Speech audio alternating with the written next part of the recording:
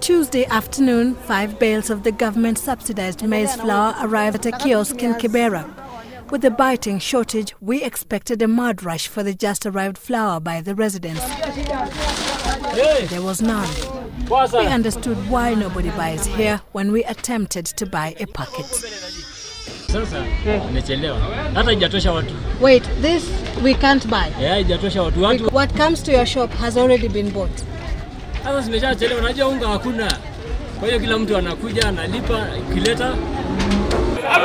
The country is at the height of a maize shortage crisis.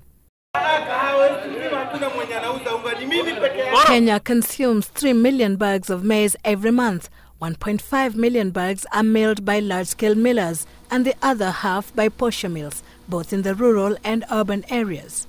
The government had predicted that by the 29th of May, stocks would run out. And so on the 13th of April, it published a Gazette notice allowing millers to import white maize duty-free. Immediately, 3 companies, Hyderi, Pembe and Kitui Millers, placed an order with Holbird Limited for close to 30,000 metric tons. As you know, South Africa had a massive drought last year. They imported close to 2 million tons of grain. They didn't consume all of it. So it was available to be sold to anybody who needed it for any other region. So here is a situation where Kenya required maize. And traders can make connections. South Africa's 6-7 day sailing time away from Kenya. Mexico's 45 days away. So guess what? He who gets in quickest takes the greatest advantage. Trade is happening even in the high seas. That is a reality. It's a global phenomenon. There are many of those harbors which harbor huge ships which wait. Actually, they are like silos. They are like warehouses, even in the sea. They only wait for business wherever it is.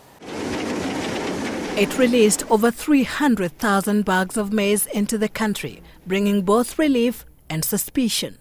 The opposition claiming the crisis had been stage-managed to allow imports that would fetch fortunes for the political class connected to the millers.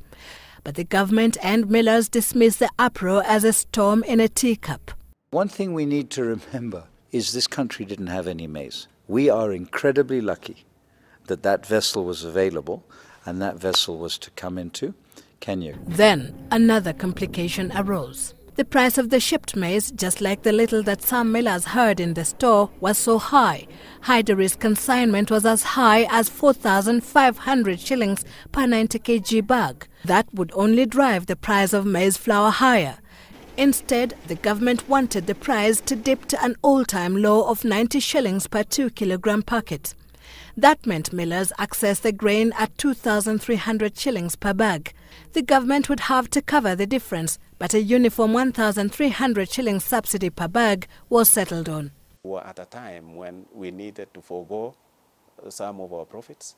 It was a time we needed to show patriotism.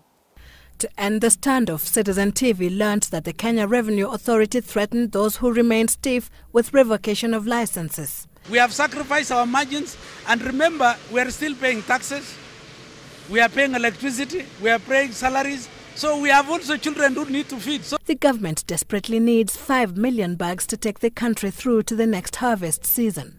The second vessel arrived Monday this week, carrying 480,000 bags, this time reportedly straight from Mexico. The next is scheduled to arrive next week, the 6th of June. Millers have never stopped milling. So if the large-scale millers are milling 24 hours a day, 7 days a week, how come the subsidized maize flour can hardly be found? The answer, we're told, can partly be found here in the local posho mills. The price of flour at Kibera's posho mills is 160 per 2 kilograms, 70 shillings more than the subsidized flour. Further away in Maralal, it's 160 shillings more. Our price of 90 shillings is really attracting everybody. So even the people who have never been on this segment of consumers are now coming into this space. Nikasunguka kwa maduka, nikauziwa 130, ambapo yenye nifaa niuziwe 90. New supplies may be running out due to panic buying, but millers also say they have been running below capacity, with the biggest miller, Unga Limited, doing 30% currently. Sylvia Chebet, Citizen Weekend, Nairobi.